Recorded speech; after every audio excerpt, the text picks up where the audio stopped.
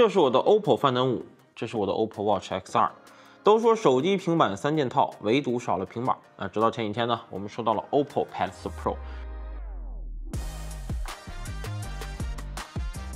按照惯例，先看外观，这代的改变还是不少的啊。上手第一刻我就留意到了它这个镜头模组终于回归到了主流设计。 虽然有那么一点国里国气啊，但对比前代确实更加和谐了。那第一感觉呢是一体式的金属机身，质感还是不错的。虽然是直角中框，但与背部的过渡还是比较圆润。再转到正面，中框略高于屏幕，摸起来呢稍微有点硌手。一开始呢我是想吐槽的，但用了几天发现呢，因为凸起的部分它做了倒角，即使是长时间单手握持，其实也并没有感觉到不舒服。所以用久了以后发现。 这可能是有意为之，为了保护屏幕，或者是为了防滑。那第二个感觉呢，就是它真的，我天妈，真大呀！13.2英寸的屏幕，比我之前用的 iPad Pro 11英寸直接大了一整圈。整体机身呢和 MacBook Air 是差不太多的。实测重量670多克，如果加上键盘，重量会增加到1180多克，确实不轻。但是呢，好在它很薄。 实测不到6毫米，就比我的 iPad Pro 厚了那么一点点。一个是 LCD， 一个是 OLED。OPPO Pad 4 Pro 能做到6毫米以下，还是有点东西的。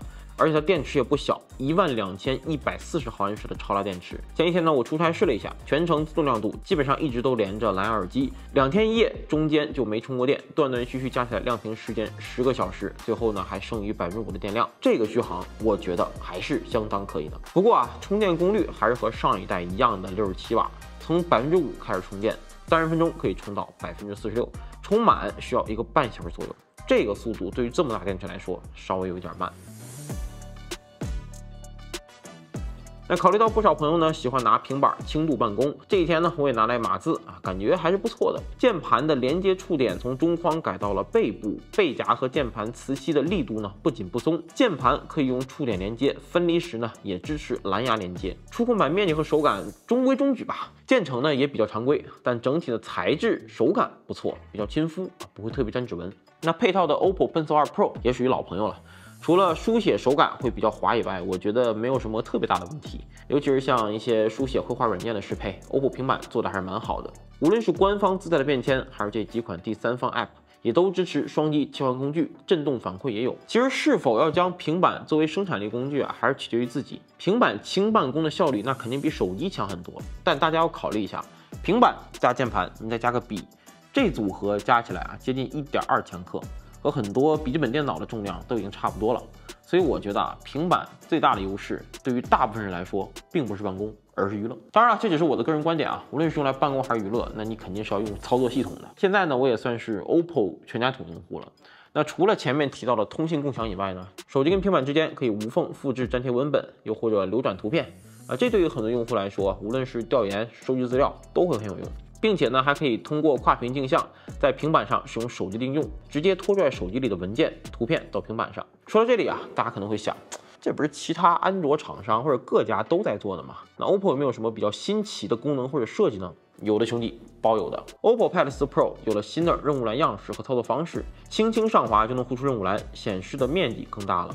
变得有点像 iPadOS 的风格，点击图标就能够快速切换应用，还能以浮窗形式打开。 甚至支持双屏和3分屏。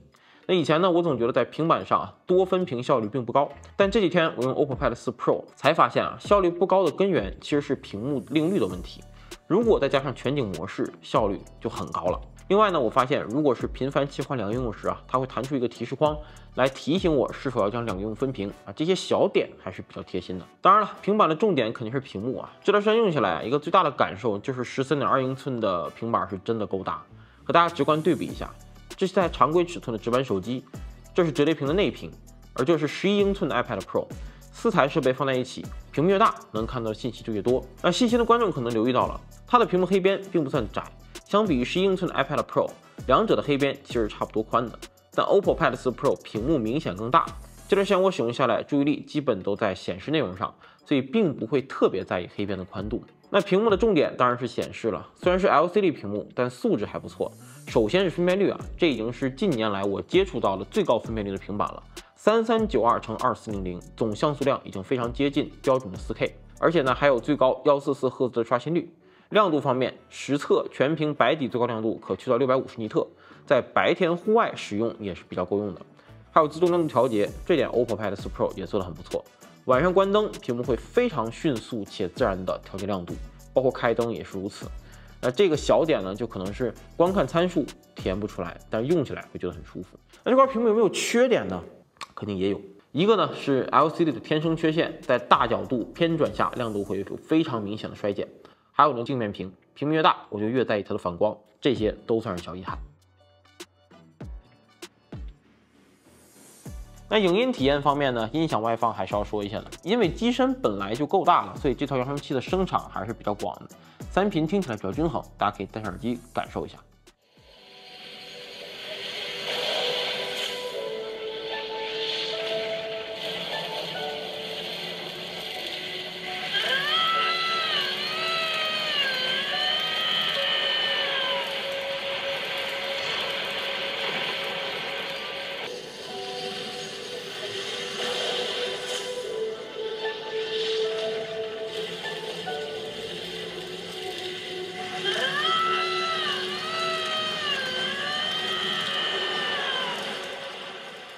这里再说一句哈，它的音量真的非常大，平时开到1/3就很够用了，开到一半就会觉得吵。从官方的爆炸图来看，这4发声单元应该是不小。那作为第一款骁龙8E 的平板，我还是很好奇它的性能释放和温度表现。老规矩，25度室温，使用 WiFi， 屏幕亮度300尼特，满电测试，打开高性能模式和电竞模式，开启最高画质，具体如下。在绝区林光影广场步行区域跑图30分钟 ，OPPO Pad 4 Pro 平均56.9帧，几乎满帧运行，平均功耗8.38瓦，耗电约7%。在测试结束时呢，机身温度甚至比体温还低。游戏正面时，正面最高33.8度，背部34.7度，中框33.8度，这个表现确实没什么调的。所以这段时间用起来啊，我觉得 OPPO Pad 4 Pro 的体验整体还是很不错的，虽然有点小遗憾，比如说充电有点慢，但它续航长啊。机身它并不轻，但是比较薄，那日常拿出来娱乐，简单轻办公确实是不错。尤其是 OPPO 全家桶搭配起来还有不少加成，我觉得以现在 ColorOS 15的软件表现搭配这套硬件，这款产品还是值得推荐的，就看价格给不给力了。OK， 那本期视频的主要内容就这么多。如果喜欢本期视频的话，请到点赞、评论、投币转发。我是超黑，我们下期视频见，祝各位，拜拜。